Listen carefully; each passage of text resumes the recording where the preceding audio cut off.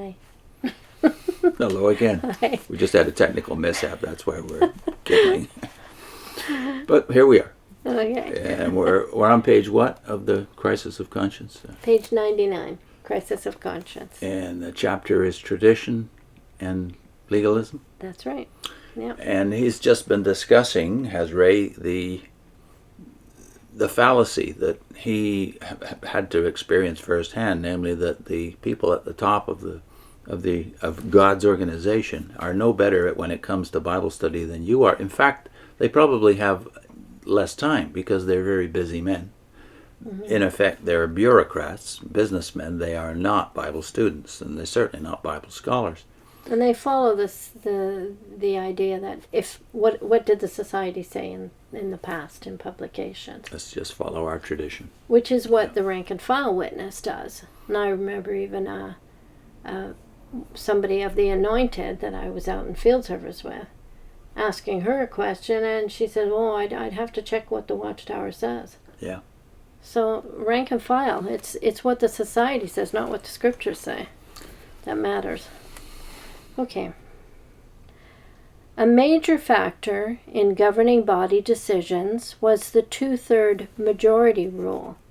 This produced some strange effects at times. The rule was that a 2/3 majority of the active membership was needed to carry a motion. I personally appreciated the opportunity this allowed for a member to abstain without feeling that he was exercising veto power. On minor matters, even when not in complete agreement, I generally voted with the majority. But when issues came up that genuinely affected my conscience, I frequently found myself in the minority, seldom alone, but often with only 1, 2, or 3 other members expressing conscientious objection by not voting for the motion. He has a footnote at this point that says, "I can recall, and my records indicate, only a couple of occasions in over 8 years when I found myself completely alone in abstaining."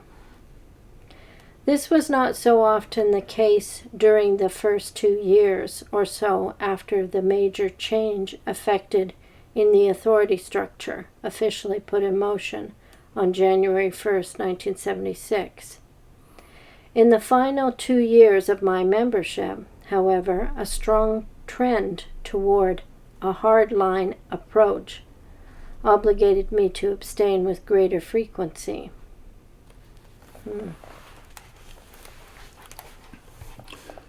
But consider now what sometimes happened when the body was quite divided in its viewpoint, not nearly so uncommon an occurrence as some might think. An issue might be under discussion involving conduct that had somewhere in the society's past been designated as a disfellowshipping offense. Perhaps a person's having a particular blood fraction injected to control a potentially fatal ailment, or possibly the case of a wife who had a non-witness husband in military service and who worked in a commissary on her husband's military base. At times in such discussions, the body might be quite divided, sometimes even split right down the middle, or there might be a majority who favored removing the particular action, conduct, or type of employment from the disfellowshipping offense category. Consider what might happen because of the 2/3 majority rule.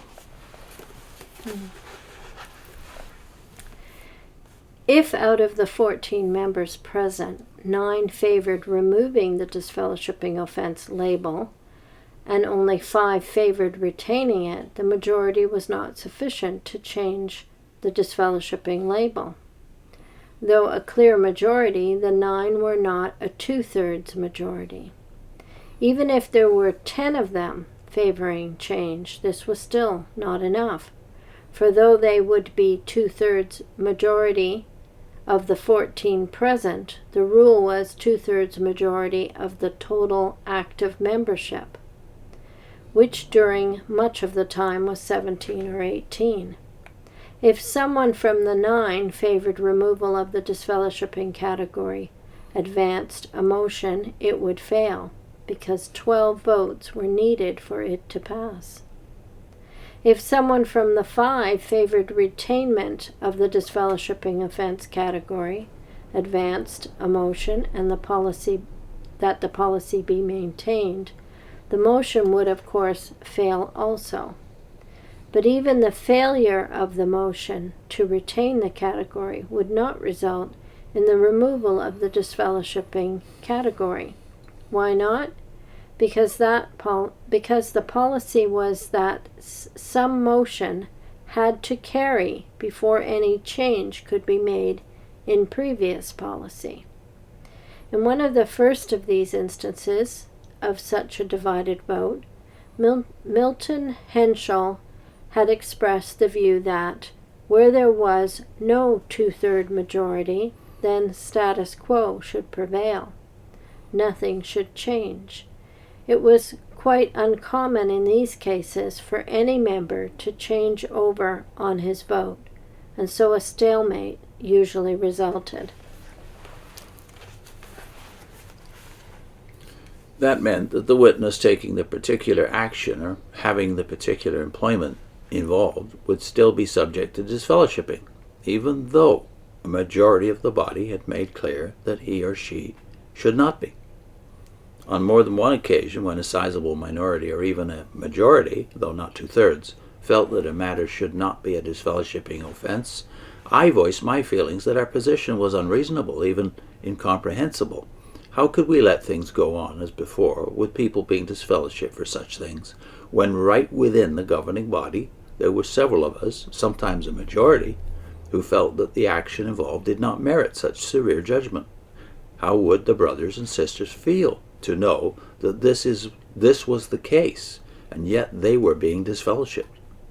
To illustrate, if 5 congregational elders forming a judicial committee were to hear a case, and 3 of the 5 did not believe that the person's action or conduct called for disfellowshipping, would the fact that there were only a 3/5 majority and not a 2/3 majority make their position invalid? Would the person then be disfellowshipped? Surely not. How could we, then, let a mere rule of voting cause a traditional stand on disfellowshipping to prevail when most of the body members felt otherwise? Should we not at least take the position that in all disfellowshipping matters, when even a considerable minority, and especially a majority, however small, felt that there were not sufficient grounds for disfellowshipping, then no disfellowshipping ruling should be sustained? Amen. Yeah. Mercy. Triumphs over judgment. Yeah. These questions put to the body brought no response, but again and again in such cases the previously established traditional policy was kept in force, and this was done as a matter of course, as normal. The effect on people's lives somehow did not carry enough weight to make the members feel moved to set aside their standard policy in such cases.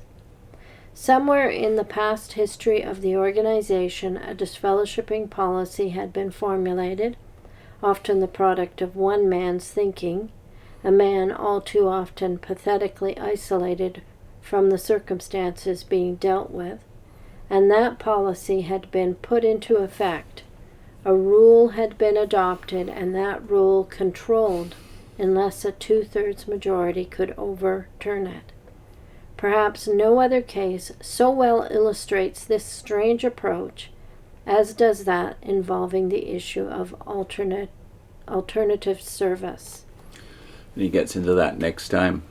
What a disaster. Yeah. If the brothers had only known at the time this was going on behind the scenes. Yeah. What are our links? I can't quite read it. It's devastating some people's lives, this decision to go with this. When do Jehovah's Witnesses ever tell it to the congregation? The purpose of disfellowshipping is the purpose disfellowshipping or reconciliation? And that's based on Matthew 18, where Christ, one of 2 times where Christ actually mentions the word church and congregation, and this is what he says about it. Yeah. I'll put that link on your screen. Yep. See you next time. Bye.